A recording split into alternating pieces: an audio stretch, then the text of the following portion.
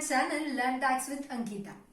Last lecture में हमने देखा था एसएससी का टैक्सेबल इनकम कंप्यूट करने के लिए फर्स्ट स्टेप होता है to determine the residential status of an SSC.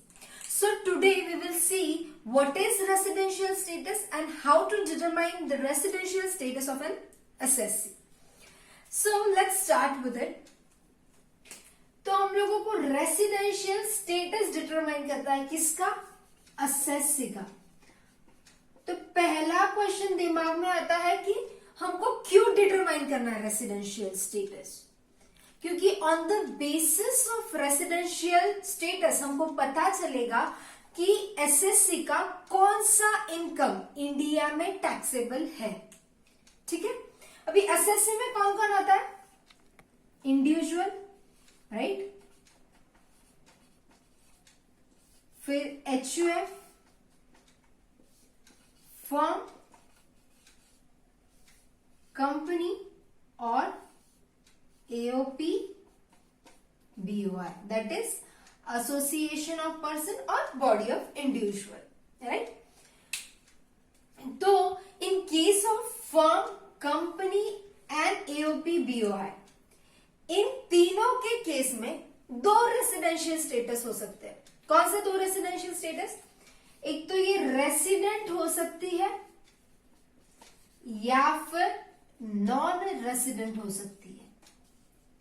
ठीक है, मतलब फर्म एक तो रेसिडेंट हो सकती है, नॉन रेसिडेंट हो सकती है, कंपनी रेसिडेंट हो सकती है, नॉन रेसिडेंट हो सकती है, और एओपी बीओआई वो भी रेसिडेंट हो सकती है या नॉन रेसिडेंट हो सकती है।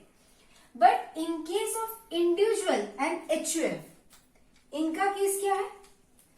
फर्स्ट डिटरमाइन होता है same as firm, company, AOP, BOI, एक तो रेसिडेंट हो सकती है, नॉन रेसिडेंट हो सकती है। बट अगर इंडिविजुअल या एचयूएफ रेसिडेंट है तो उसका अगला स्टेप भी है, क्या है वो रेसिडेंट, ऑर्डिनरी रेसिडेंट भी हो सकता है और नॉन ऑर्डिनरी रेसिडेंट भी हो सकता है। मतलब क्या? इन केस ऑफ इंडिविजुअल और एचयूएफ कौन से रेसिडेंशियल स्टेटस हो सकते हैं? एक तो वो ऑर्डिनरी रेसिडेंट हो सकता है, नॉन ऑर्डिनरी रेसिडेंट हो सकता है या नॉन रेसिडेंट हो सकता है। ठीक है, मतलब तीन स्टेटस हो सकते हैं इन केस ऑफ इंडिविजुअल और एचयूएफ। एक तो वो ऑर्डिनरी रेसिडेंट हो सकता है, नॉन ऑर्डिनरी रेसिडेंट हो सकता है या नॉन रेसिडेंट हो सकता है। Whereas in case of firm, company, AOP और बीओआई वो केस में क्या? रेसिडेंट या नॉन रेसिडेंट, दो ही स्टेटस होंगे। अंडरस्टूड? अभी ये स्टेटस कैसे डिटरमाइन करना है वो हम वन बाय वन हर एक एसएससी का देखते हैं।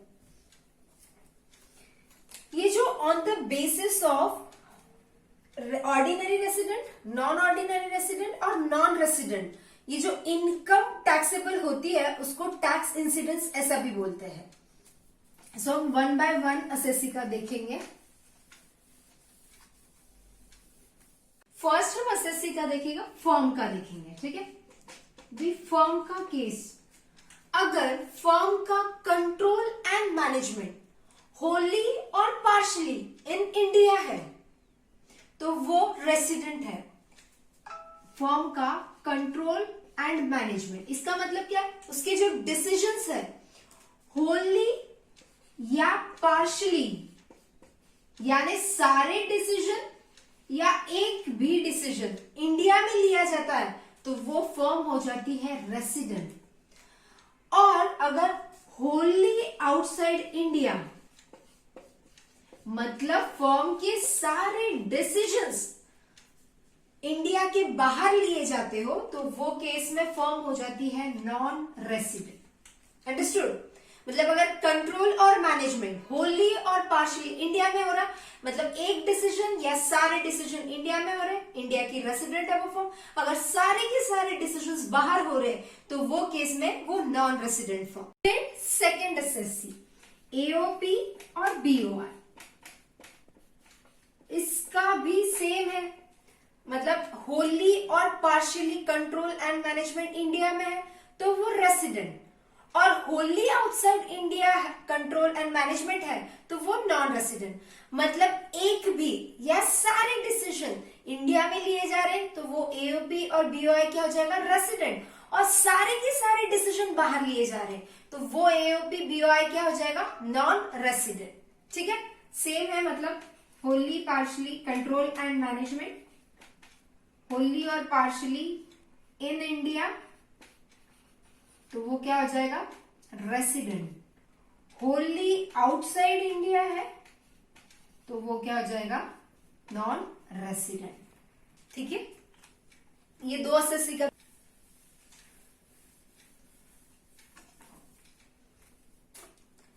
फिर है third SSC company.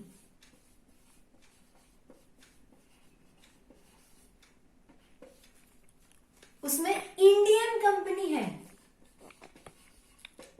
Indian company है तो इंडियन कंपनी हमेशा रेसिडेंट रहेगी इंडिया की। इंडियन कंपनी मतलब जो इंडिया में रजिस्टर्ड है, जिसकी एजीएम इंडिया में ही होती है, वो इंडियन कंपनीज क्या है, रेसिडेंट। और अदर देन इंडियन कंपनीज है, मतलब फॉरेन कंपनी है कोई, तो वो केस में क्या है, अगर उसके होली डिसीजंस इन इंडिया है, मतलब सारे के सारे डिसीजन इंडिया में लिए जाते हैं, Holi control and management India में है तो वो केस में वो कंपनी हो जाएगी रेसिडेंट। या फिर एक भी डिसीजन उसका इंडिया के बाहर लिया जाता है तो वो कंपनी हो जाएगी नॉन रेसिडेंट। मतलब क्या कि अगर उसके 100% डिसीजन होली उसका कंट्रोल एंड मैनेजमेंट मतलब 100% डिसीजन इंडिया में लिए जाते हैं तो वो रेसिडेंट है। अगर एक भी डिसीजन बाहर लिया जा रहा है, मतलब पार्शियली या होली आउटसाइड इंडिया, मतलब उसका control and management outside India है तो वो केस में वो क्या हो जाएगी, नॉन रेसिडेंट। समझ गया ये सबको? मतलब कंपनी में इंडियन कंपनी हमेशा रेसिडेंट है और अदर देन इंडियन कंपनीज है तो उसके अगर सारे के सारे डिसीजन इंडिया में लिए जा रहे हैं तो ही वो रेसिडेंट है। अगर उसका एक भी डिसीजन बाहर लिया जाता है तो वो नॉन रेसिडेंट है। ठीक है, उसके बाद हम देखेंगे अगला एसएससी। अभी देखो, जो कंपनी, फर्म, एओपी, बीओआई, उनके लिए 2 ही रेसिडेंशियल स्टेटस थे, रेसिडेंट या नॉन रेसिडेंट। अभी आता है इंडिविजुअल। इंडिविजुअल के लिए हमने क्या बोला था, पहले हम डिटरमाइन करेंगे वो रेसिडेंट है या नॉन रेसिडेंट, और अगर रेसिडेंट हुआ तो उसके बाद हमने बोला था और 2 कंडीशंस है, मतलब वो ऑर्डिनरी रेसिडेंट हो सकता है या नॉन ऑर्डिनरी रेसिडेंट हो सकता है, राइट। तो भी ये डिटरमाइन कैसे करते हैं इंडिविजुअल के केस में। तो इंडिविजुअल के केस में रेसिडेंट के लिए 2 कंडीशंस है, ठीक है, वो दोनों कंडीशंस और है, मतलब दोनों में से कोई एक भी कंडीशन सेटिस्फाई होती है ना तो वो इंडिविजुअल रेसिडेंट बन जाएगा, और अगर दोनों कंडीशन सेटिस्फाई नहीं हो रही है तो वो क्या हो जाएगा, नॉन रेसिडेंट। मतलब दोनों में से एक भी कंडीशन सेटिस्फाई हुआ तो वो क्या हो जाएगा, रेसिडेंट। ठीक है, वो कंडीशन क्या है हम देखेंगे, पर उसके पहले अभी रेसिडेंट हो गया, उसके बाद ऑर्डिनरी रेसिडेंट और नॉन ऑर्डिनरी रेसिडेंट। इसके लिए भी 2 कंडीशंस हैं, 1 and 2। इसका मतलब क्या है, अगर रेसिडेंट हो गया तो उसके बाद और 2 कंडीशन हम देखेंगे, वो अगर दोनों सेटिस्फाई हो रही है तो वो ऑर्डिनरी रेसिडेंट होगा। अगर दोनों में से सिर्फ एक ही कंडीशन सेटिस्फाई हो रही है या दोनों भी नहीं हो रही है तो वो केस में वो नॉन ऑर्डिनरी रेसिडेंट रहेगा। ठीक है, अभी देखते हैं हमको रेसिडेंट के लिए कौन सी 2 कंडीशंस हैं। तो रेसिडेंट के लिए फर्स्ट कंडीशन है उनकी, क्या है फर्स्ट कंडीशन, कि जो इंडिविजुअल है वो 182 डेज और मोर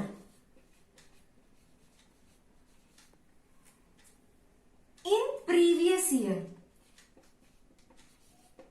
मतलब क्या कि जिसका हम लोग रेसिडेंशियल स्टेटस कंप्यूट कर रहे हैं वो इंडिविजुअल इंडिया में प्रीवियस ईयर मतलब क्या, जिसका हम टैक्स कैलकुलेट कर रहे हैं वो ईयर में वो 182 डेज या उससे ज्यादा रहा तो वो क्या हो जाएगा, रेसिडेंट। ये फर्स्ट कंडीशन।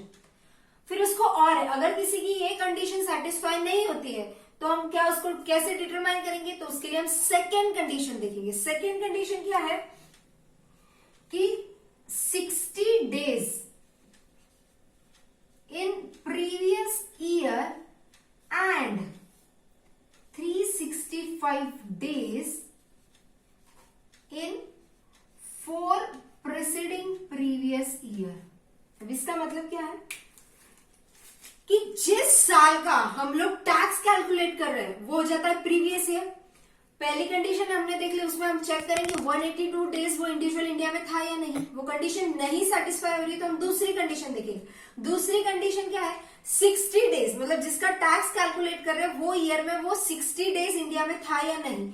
एंड मतलब उसके साथ ही दूसरी कंडीशन क्या देखनी है, 365 डेज इन 4 प्रीसीडिंग प्रीवियस ईयर। इसका मतलब क्या है, सपोज अभी मेरा प्रीवियस ईयर है 90-20, ठीक है, और मैं सेकेंड कंडीशन चेक कर रही हूं तो 90-20 में मैं क्या देखूंगी, 60 डेज वाला कंडीशन। और ये 365 वाला कौन सा वर्ड है, प्रीसीडिंग प्रीवियस ईयर। मतलब ये 90-20 को छोड़ के जो पिछले 4 साल है वो 4 साल में मैं 365 डेज थी या नहीं वो चेक करेंगे। और अगर ये दोनों कंडीशन सेटिस्फाई हुआ तो उसको हम क्या बोलेंगे, रेसिडेंट। एग्जाम्पल के साथ बताती हूं मैं आपको, क्लियर होगा।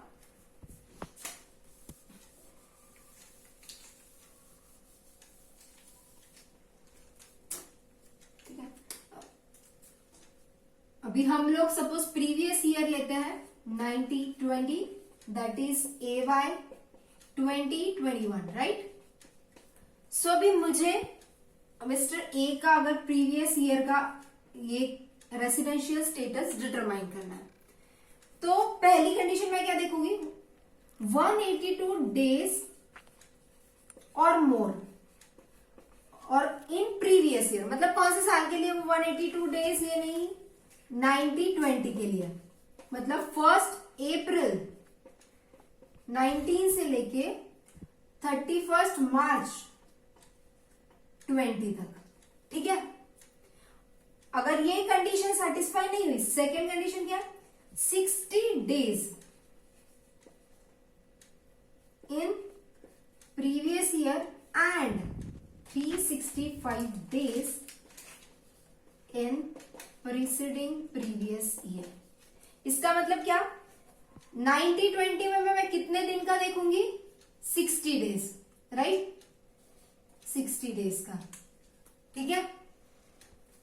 और ये प्रीसीडिंग प्रीवियस ईयर मतलब इसके पहले के 4 साल, 18-19, 18-19, 17-18, 16-17 और 15-16, ये चारों साल मिला के कितने डेज होने चाहिए, 365 डेज। इस बेसिस पे हम इंडिविजुअल का रेसिडेंशियल स्टेटस, मतलब वो रेसिडेंट है या नॉन रेसिडेंट है, वो डिटरमाइन करेंगे। ये फर्स्ट कंडीशन हो गया, इसमें हमने डिसाइड किया रेसिडेंट या नॉन रेसिडेंट। अगर इन दोनों में से कोई एक भी कंडीशन सेटिस्फाई होता है, क्योंकि ये दोनों क्या है और, तो दोनों में से कोई एक भी कंडीशन सेटिस्फाई होता है तो मिस्टर ए क्या हो जाएंगे, रेसिडेंट। अगर दोनों कंडीशन नहीं होती है तो क्या हो जाएंगे, नॉन रेसिडेंट, ठीक है। अभी रेसिडेंट का देख लिया, फिर आता है ऑर्डिनरी रेसिडेंट या नॉन ऑर्डिनरी रेसिडेंट।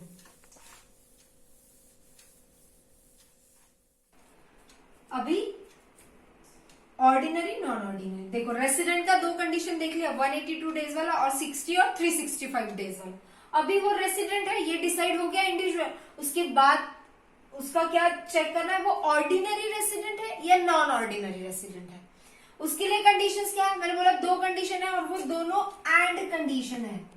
इसका मतलब अगर वो ऑर्डिनरी रेसिडेंट है तो उसको दोनों कंडीशन सेटिस्फाई करनी पड़ेगी, और अगर दोनों में से एक भी कंडीशन सेटिस्फाई होती है, सिर्फ एक कंडीशन सेटिस्फाई होती है तो वो क्या हो जाएगा, नॉन ऑर्डिनरी।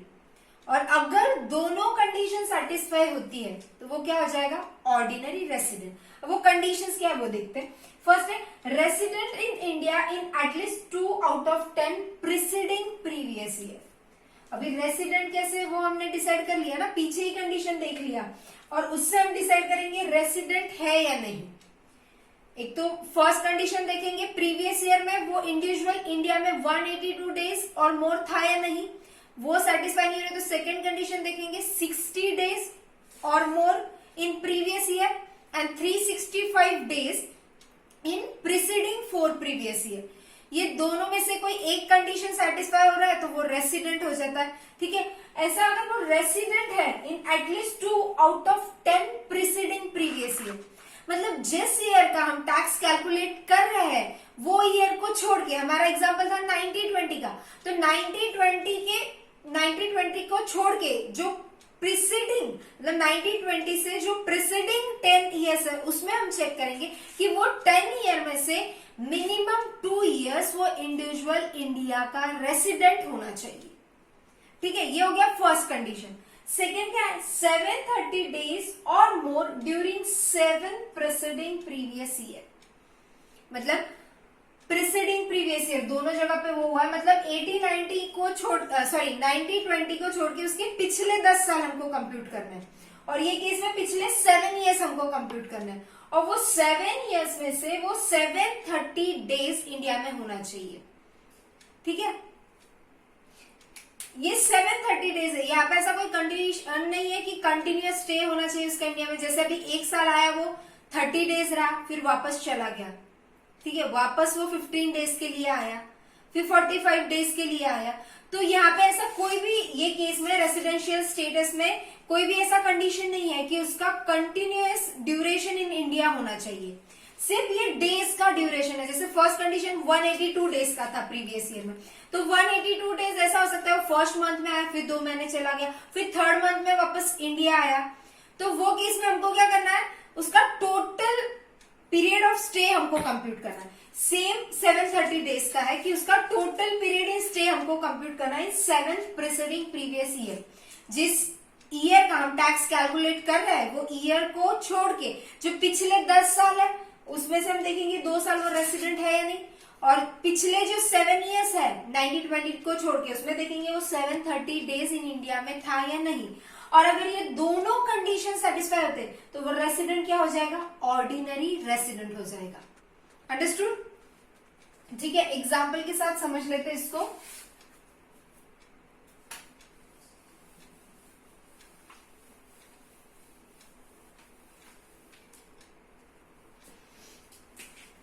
जैसा हम लोग देख रहे थे मिस्टर ए का, ठीक है 90-20 का, तो हमने पहले देखा उसका रेसिडेंशियल स्टेटस, पहली स्टेप थी रेसिडेंट या नॉन रेसिडेंट। ठीक है, अभी सपोज ये प्रीवियस ईयर है, मतलब असेसमेंट ईयर 2021, ठीक है। इस केस में हमने भी डिसाइड कर लिया सपोज ये मिस्टर ए जो है वो रेसिडेंट है, तो इसके बाद वाली कंडीशन है भाई वो ऑर्डिनरी रेसिडेंट है या नॉन ऑर्डिनरी रेसिडेंट है, तो वो कैसे डिसाइड करेंगे उसके लिए हम कंडीशन देखेंगे। तो फर्स्ट कंडीशन ये जो previous 90-20 2 out of 10 preceding previous year, मतलब 90-20 को छोड़ के जो पिछले 10 ईयर्स है, मतलब 18-19 17-18 16-17 15-16 14-15 13-14 12-13 11-12 10-11 9-10 1 2 3 4 5 6 7 8 9 10, तो 2 out of 10 preceding previous year, ये हमारा प्रीवियस ईयर कौन सा है 90-20 प्रीसीडिंग प्रीवियस ईयर, उसको छोड़ के उसके पिछले जो 10 प्रीवियस ईयर है 10 प्रीवियस ईयर है 18-19 से लेके 9-10 तक, वो 10 सालों में से मिनिमम 2 साल वो रेसिडेंट होना चाहिए। और रेसिडेंट कैसे हम डिसाइड करेंगे? वो फर्स्ट वाला कंडीशन 182 डेज या सेकेंड वाला 60 या 365 डेज, 60 एंड 365 डेज, ये होगा फर्स्ट कंडीशन। अगर ये 10 साल में से कभी 2 साल में, जैसे हर साल इंडिविजुअल का रेसिडेंशियल स्टेटस चेंज होता है। सपोज 1890 में वो रेसिडेंट था, बाद में नॉन रेसिडेंट हुआ, रेसिडेंट था, नॉन रेसिडेंट हुआ, फिर resident, resident, non resident, resident, non resident, resident. तो मुझे फर्स्ट कंडीशन में क्या देखना? 10 में से वो मिनिमम 2 इयर्स तो भी रेसिडेंट होना चाहिए। ये केस में वो कंडीशन सेटिस्फाई हो रही है। फिर सेकेंड कंडीशन, क्योंकि सेकेंड कंडीशन एंड है तो ही वो ऑर्डिनरी रेसिडेंट होगा, अदरवाइज वो नॉन ऑर्डिनरी रेसिडेंट हो जाएगी। तो सेकेंड कंडीशन क्या? 730 days in 7 preceding previous year, मतलब सिर्फ यहां तक, यहां से यहां तक 1890, 1213 से लेके 1890 तक अगर वो 730 डेज इंडिया में है, मतलब वो दोनों कंडीशन सेटिस्फाई हो गया। मतलब ये 10 में से 2 साल वो रेसिडेंट था, कभी भी, कौन से भी 2 साल out of 10 preceding previous year, right. और second condition 730 days in 7 preceding previous year, मतलब अगर 90 20 का हम कैलकुलेट कर रहे हैं तो कौन से ईयर तक का देखेंगे? 1213 से लेके 1890 तक 70 डेज चाहिए, और 910 से लेके 1890 तक, ये 10 इयर्स में कभी भी 2 साल वो रेसिडेंट चाहिए। अगर ये दोनों कंडीशन सेटिस्फाई हुआ तो वो इंडिविजुअल क्या हो जाएगा? Ordinary resident. और दोनों कंडीशन नहीं सेटिस्फाई हुए, सिर्फ एक ही कंडीशन सेटिस्फाई हुआ, तो वो केस में क्या हो जाएगा? Non ordinary resident. या दोनों भी कंडीशन सेटिस्फाई नहीं हुआ तो क्या हो जाएगा? वो इंडिविजुअल नॉन ऑर्डिनरी रेसिडेंट। ठीक है।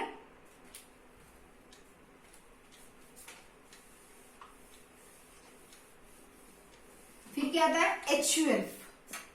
ठीक है, HUF का केस क्या है? HUF के केस में अगर सेम उसका कंट्रोल एंड मैनेजमेंट होली और पार्शली इन इंडिया है, कंट्रोल एंड मैनेजमेंट होली और पार्शली इन इंडिया, तो वो क्या हो जाएगी? HUF resident, right. और अगर control and management Holi outside India है तो वो क्या हो जाएगी? Non resident. पहली कंडीशन, HUF में कंट्रोल एंड मैनेजमेंट होली और पार्शली इन इंडिया, मतलब एक भी डिसीजन इंडिया में लिया जाता हो या सारे डिसीजन इंडिया में लिए जाते हो तो वो HUF क्या हो जाएगी? रेसिडेंट। अगर उसके सारे के सारे डिसीजन आउट ऑफ इंडिया लिए जा रहे हैं, उसका control and management Holi outside India है, तो वो क्या हो जाएगी? HUF non resident. फिर हमने HUF में बोला तो HUF के केस में भी 3 स्टेटस है, ordinary resident, non ordinary resident और नॉन रेसिडेंट। तभी अगर HUF रेसिडेंट है तो उसके 2 कंडीशंस देखने पड़ेंगे। HUF अगर रेसिडेंट है तो उसके 2 कंडीशन देखने पड़ेंगे, ऑर्डिनरी रेसिडेंट और नॉन ऑर्डिनरी रेसिडेंट। तो HUF के लिए भी सेम कंडीशन एज इंडिविजुअल है। जो HUF का करता है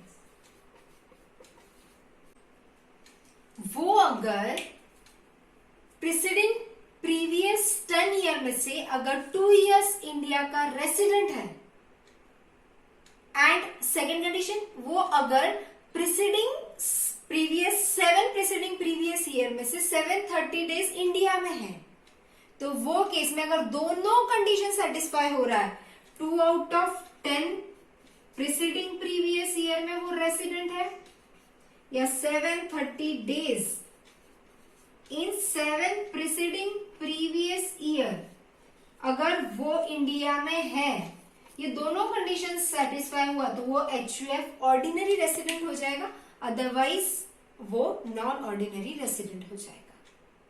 अभी हमने देखा कि एसएससी का रेसिडेंशियल स्टेटस कैसे डिटरमाइन करना है। Don't get confuse with residential status and citizenship. Citizenship आप जहां पे बॉर्न होते हो वहां का सिटीजनशिप आपको मिलता है। And for the purpose of tax calculation India में रेसिडेंशियल स्टेटस हम लोग कैलकुलेट करते हैं। आज के लिए इतना ही। अगले लेक्चर में हम हेड्स ऑफ इनकम स्टार्ट करेंगे। Thank you.